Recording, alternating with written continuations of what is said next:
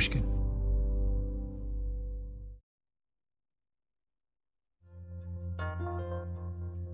On March 12th, 2019, the U.S. Attorney's Office for the District of Massachusetts unsealed indictments against more than 50 people. Indictments that were part of a criminal investigation codenamed Varsity Blues. Business leaders, celebrities, actors, rich people accused of paying millions of dollars to get their children into elite universities. Millions of dollars in bribes. One by one, the parents were arrested, pled guilty, paid massive fines, served time, reputations were ruined. The media ran story after story. 50 people facing charges, and more arrests are likely in the weeks and months ahead. Actresses Lori Loughlin and Felicity Huffman are two of the dozens of wealthy parents accused in the alleged scheme. The biggest college admissions fraud in U.S. history. Meantime, the scandal stretches from Hollywood to Boston next week. It was the largest investigation of its kind in the history of the Justice Department. 56 cases. A home run. And then came the case at the very, very end. The 57th case. This is me in an email to the U.S. Attorney's Office of the District of Massachusetts, asking about the final case in the Varsity Blues investigation. Hello there, I'm looking to interview any of the U.S. attorneys who were involved in the Eamon Khoury case from a few years ago. Do you think that might be possible? Thanks, M. A day later, I get an answer. 3 lines. Received. Thank you. While we greatly appreciate the invitation, we must respectfully decline at this time. At the Department of Justice, they do not want to talk about Case 57 of the Varsity Blues investigation. Oh, but I do. My name is Malcolm Gladwell. You're listening to Revisionist History, my podcast about things overlooked and misunderstood. This episode is part of a little mini-series I'm doing to introduce my new book called Revenge of the Tipping Point, the sequel to my very first book from 25 years ago, The Tipping Point. If you read Revenge, and of course I really hope you do, you'll see that halfway through Chapter 5, the mysterious case of the Harvard women's rugby team, I make reference to a court case called U.S. v. Khoury. That's the 57th Varsity Blues case. But in Chapter 5 of Revenge of the Tipping Point, I tell only part of the story of U.S. v. Khoury. Did I want to tell the whole story? Of course I did. I lost sleep over trying to shoehorn the whole Khoury case into my book because I regard U.S. v. Khoury as one of the all-time most riveting, most unintentionally hilarious, most heartbreaking legal battles ever. I mean, it ticks every single one of my boxes. It involves a tantalizing philosophical puzzle. It has twists and turns.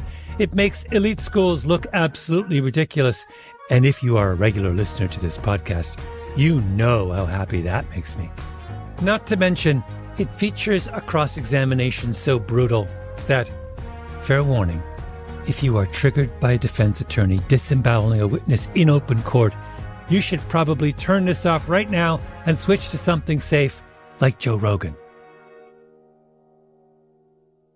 But in the end, I could only figure out how to put half of my favorite case ever in Revenge of the Tipping Point. So I thought, just to whet your appetite, I'd use this episode to tell you about the other half. What I've come to think of as the Georgetown Massacre.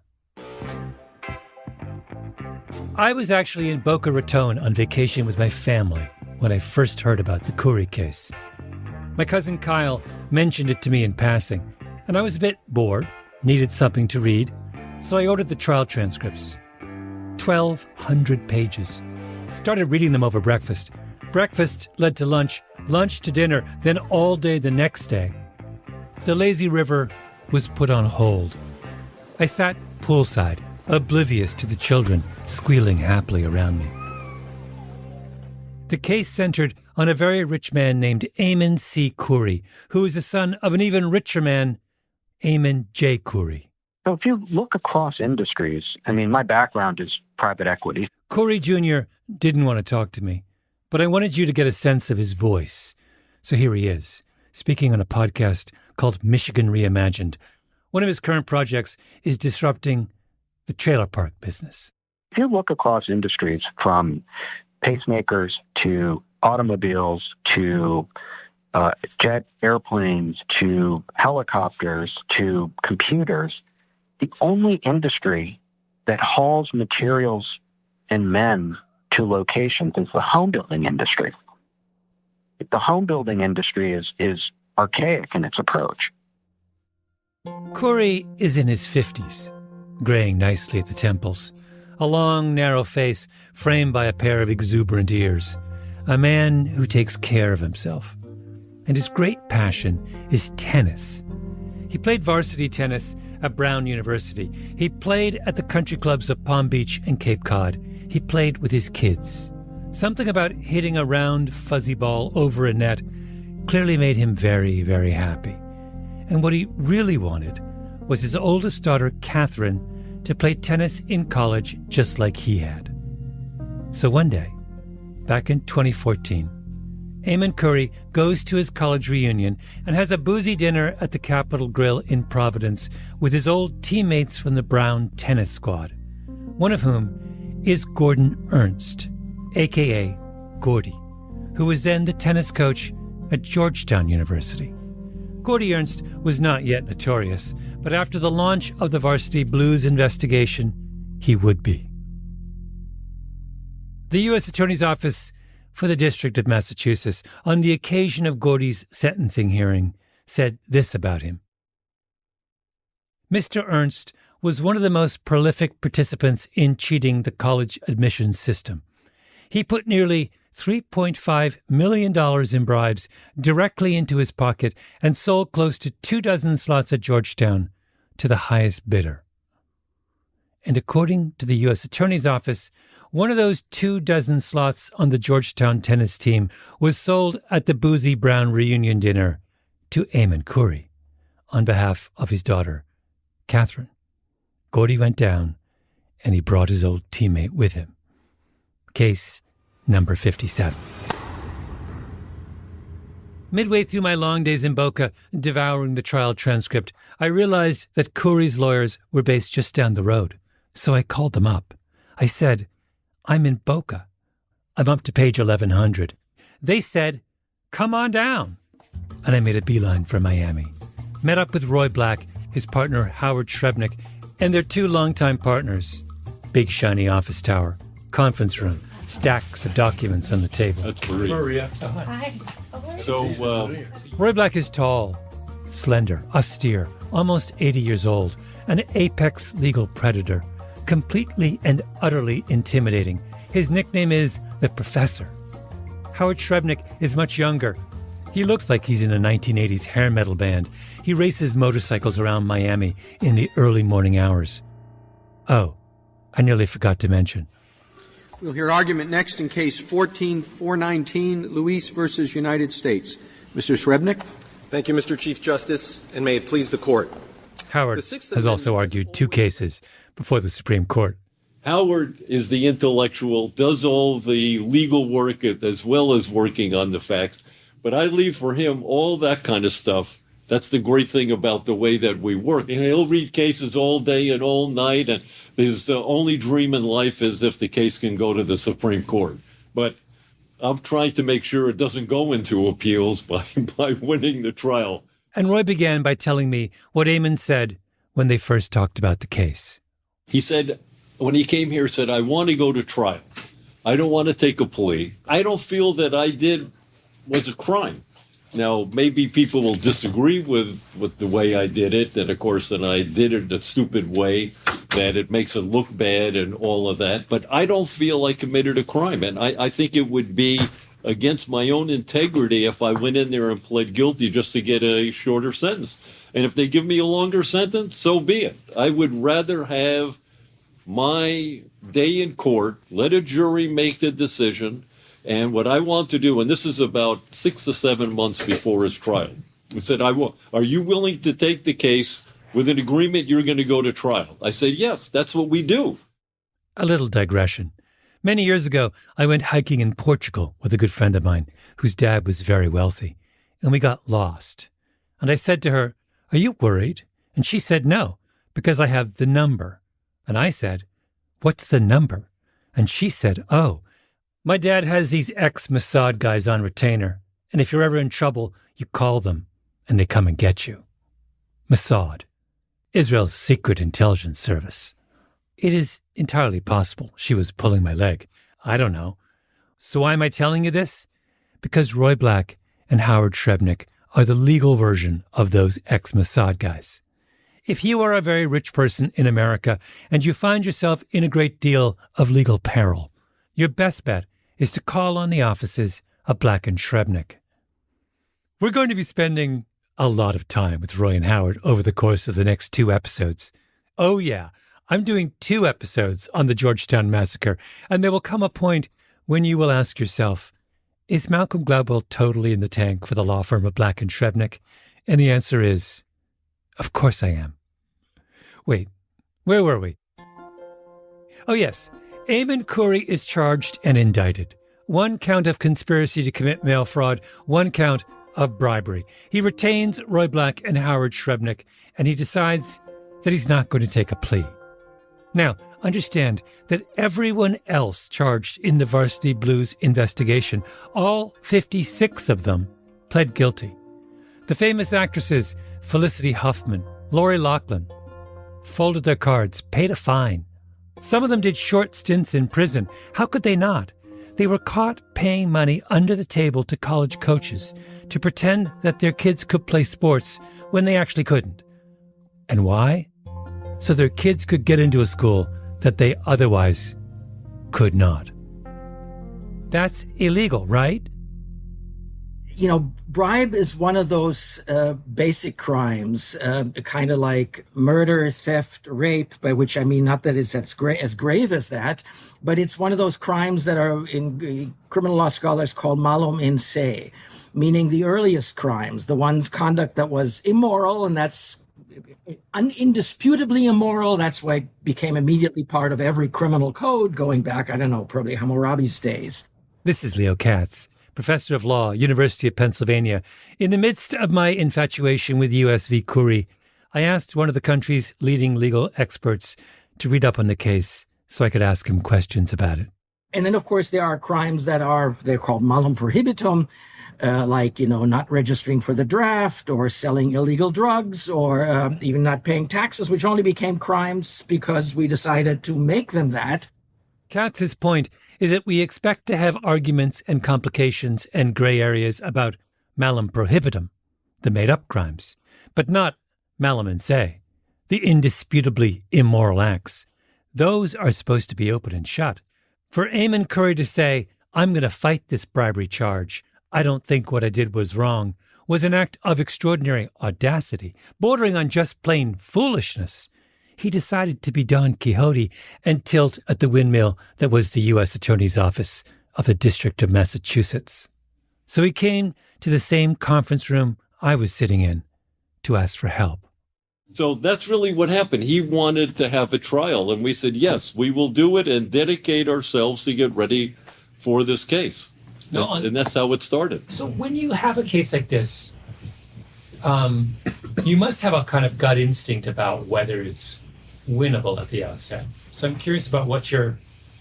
I don't think so. I don't. We did not, at least I didn't have that. I thought that we were behind the 8 ball from the beginning, that everybody else had either lost or pled guilty, and I didn't have great optimism about the case, when the client came in. But I said, listen, that's been my whole career, is taking cases where things look bleak. I mean, that's what we specialize in. Black shook his head. The lawyer's nightmare is a client who will not take the easy way out. On the other side of the conference room table, Howard was shaking his head as well. He wanted to testify. In fact, it was a battle to convince him he should not testify, because he wanted the jury to know the truth, that he did not bribe the coach, and that what he did was an act of generosity after the fact, not a crime before the fact. A man attacking a windmill, armed only with a tennis racket. A lost cause. Did I tell you that this was my favorite legal case ever? I think I did.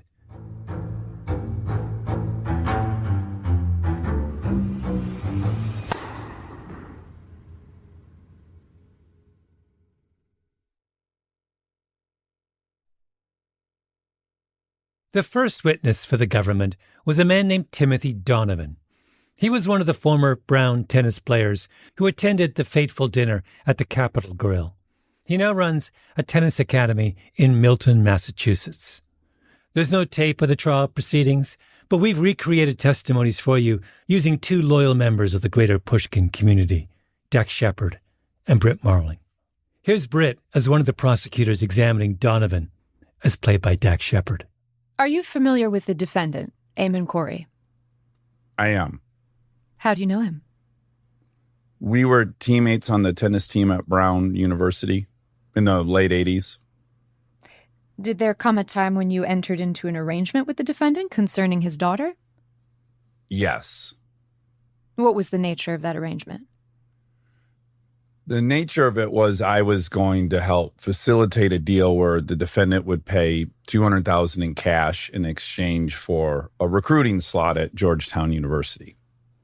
And who was he going to pay $200,000 in cash to as a part of this deal? Gordon Ernst, the coach at the time at Georgetown. And what was the payment for? An admission slot on the team. And what was your role in the deal?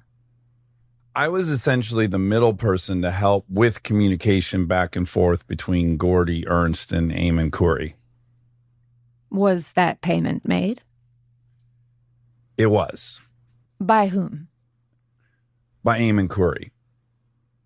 And what was your understanding of whether the defendant's daughter was actually qualified to play tennis? She was not qualified to play at that level of college tennis. And what was your understanding of whether she was actually going to play tennis at Georgetown? The defendant and I talked about how she had no plans to play there.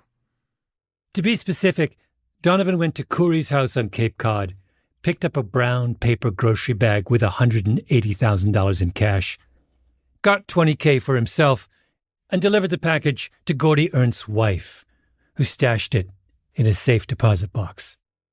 How did Catherine's scores compare to the average scores of your clients who were admitted to Georgetown as tennis recruits? They were quite a bit lower. If we can look at page 4, please. We see a copy of Catherine's transcript, and in particular, her junior year average was 78.5. How did Catherine's GPA compare to the average GPA of your clients who were admitted to Georgetown as tennis recruits? Significantly lower. After Donovan came a parade of other witnesses, tennis people, people from Catherine Corey's high school, her guidance counselor, tennis coach, all saying the same thing. Katie Corey at a school like Georgetown is a dubious proposition. Day 2 of the trial was not good for the defense. Day 3, not good. Day 4 comes and goes. If you are Eamon Corey sitting in the defendant's chair, you're thinking, I should have taken a plea. I'm going away for years. But then came day 5, the Georgetown Massacre. Let's talk about Brenda Smith, which I thought was in my reading, was the highlight. On day 5, Howard and Roy called a witness who worked as a fundraiser for the Georgetown Athletic Department. Her name was Brenda Smith. Smith did not come to the courthouse willingly. She was subpoenaed. All she knew going in was what the Georgetown lawyers clearly told her, which was not to worry. This was going to be easy. She wasn't on trial. Eamon Corey was. The case was black and white, and she was on the winning side. Malum Insay. So, describe that whole exchange for me. Because, like I said, all I can do is read it. So bring it to life. Howard sets the scene. So now Brenda Smith, whose sole job as the, quote, Senior Director of Development for Athletics, close quote, and development doesn't mean bodybuilding, conditioning, fitness. Development is a euphemism for money, raising money. She's now on the witness stand, and she's going to suggest that money doesn't matter with regard to admissions, that her job is entirely independent of the admissions process. This was the moral heart of the case. Why does Eamon Corey belong in jail? Because he used a grocery bag full of cash to corrupt the admissions process at a selective institution where the admissions process is supposed to be about merit and achievement. So Smith takes the stand. Roy's asking the questions. Once again, our voice actors. All right. I wanted to ask you about admissions into the university. The university has an admissions department, correct? Or admissions office? Correct. And you were not an admissions officer? No. However, you would communicate with admissions officers, would you not? No, I never did. Would you ever get involved in attempting to influence the admission of people into the university? No, I did not. Did you ever lobby the admissions office? The admissions office? No. Did you ever advise the admissions office about the amount of money people had? No. Did you ever advise the admissions office that an athlete or a potential athlete came from a well-positioned family? No. Did you ever advise the admission office about the net worth of parents of potential recruits? I did not. Did you ever advise the admissions office about the value of parents' homes? I did not. No. Brenda Smith does not seem to have realized at this point that Howard and Roy have in their possession every email she wrote in the time of her employment at Georgetown. Or maybe she does, but the implications of that fact haven't sunk in. I mean, maybe she thought, I wrote thousands and thousands of emails. 99% of them were harmless. There's no way they read all of them, is there? Well, yes, there is. And Roy starts putting his favorites up on the screen. All right, can we turn to Exhibit 285? And if we could highlight the middle paragraph. By the way, who is, let's go to the top first. I'm sorry, who is David Nolan? He is the women's soccer coach. All right, and he's asking you if she is somebody you want to cultivate, correct? That's what the email says. Good. Tell me what the word cultivate means. Develop a relationship with, typically. All right. And if we could, you put down there in the second one, you wrote 5.6 million house, right? Correct. So I guess you do find out how much parents' homes are worth, right? Well, you asked me earlier if I share that information with admissions. I do not. This is an email with a coach. This is different. So as I understand it, then, you're telling the soccer coach that a prospective athletic soccer player's parents own a home worth $5.6 million, right? Yes. Now, can I ask you this? What does that have to do with their ability to play soccer? Nothing.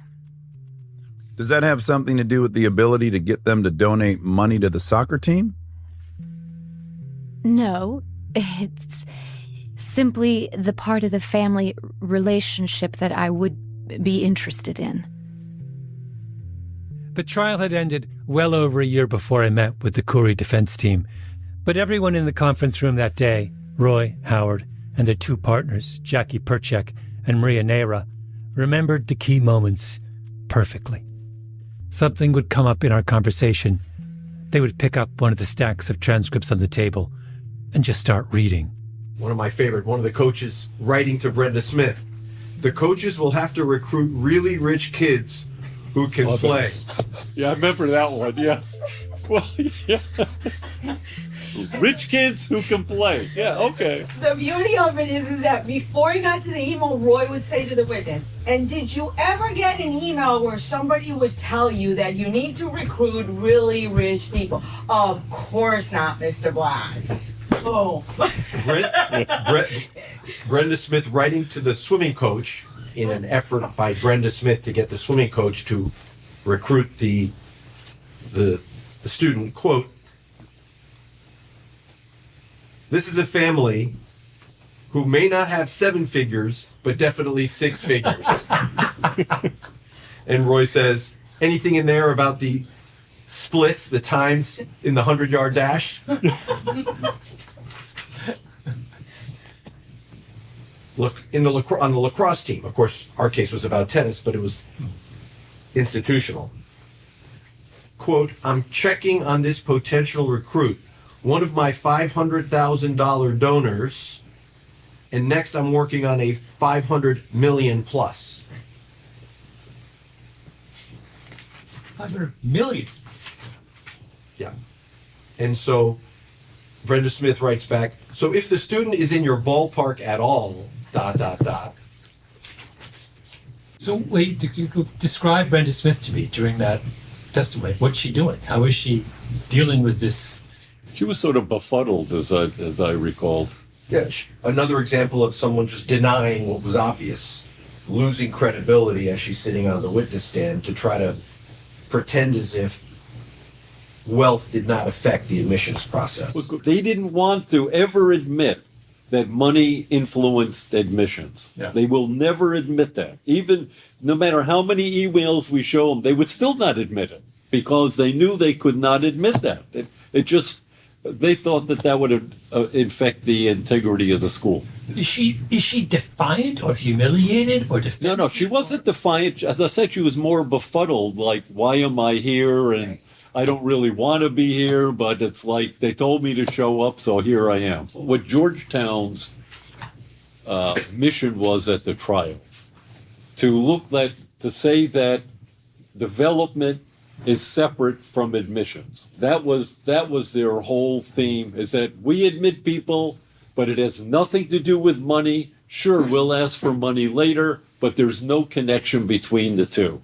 That was what everybody on direct examination testified to, because they thought, as a matter of integrity, they didn't want to admit that people got admitted because of their wealth. As a good Catholic school, it's the parable of the coin.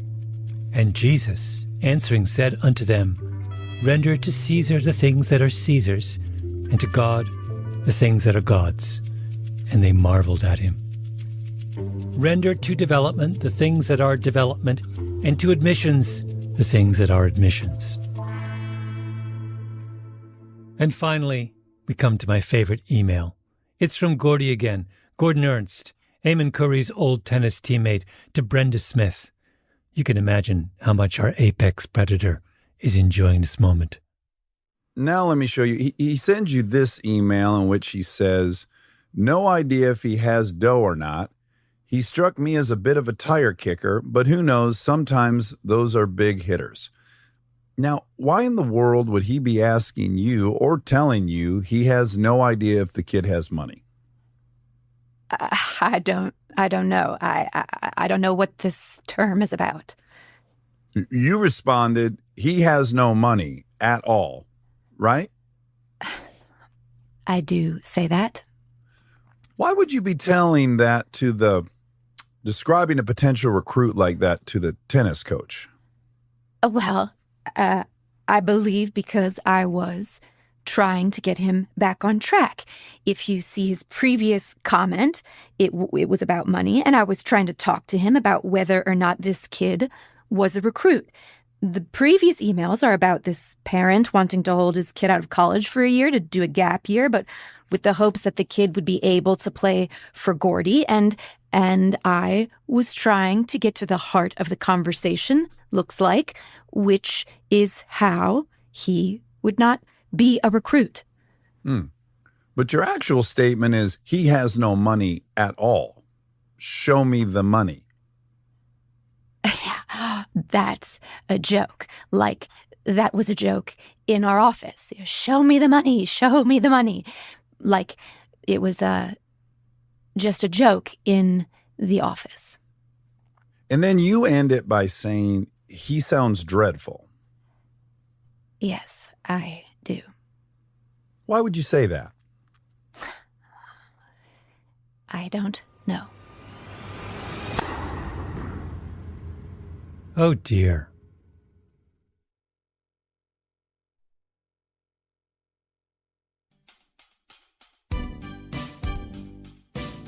So let us imagine that you are sitting in the jury. during the 8 long days of US v. Curry, you might begin with a very straightforward thought, that rich people should not be buying their children's way into Georgetown University. But then, by day 5, after the Georgetown massacre, you begin to think, oh, wait a minute. In a kind of roundabout way, Georgetown allows rich people to buy their way into Georgetown University. Only they are a little more circumspect about it. I mean, no one is making donations to Georgetown in a brown paper bag. But what exactly is the difference between what Eamon Curry and Gordy did and what the Georgetown Development Office did every day? Isn't it just that Gordy and Eamon's arrangement was a bit too obvious?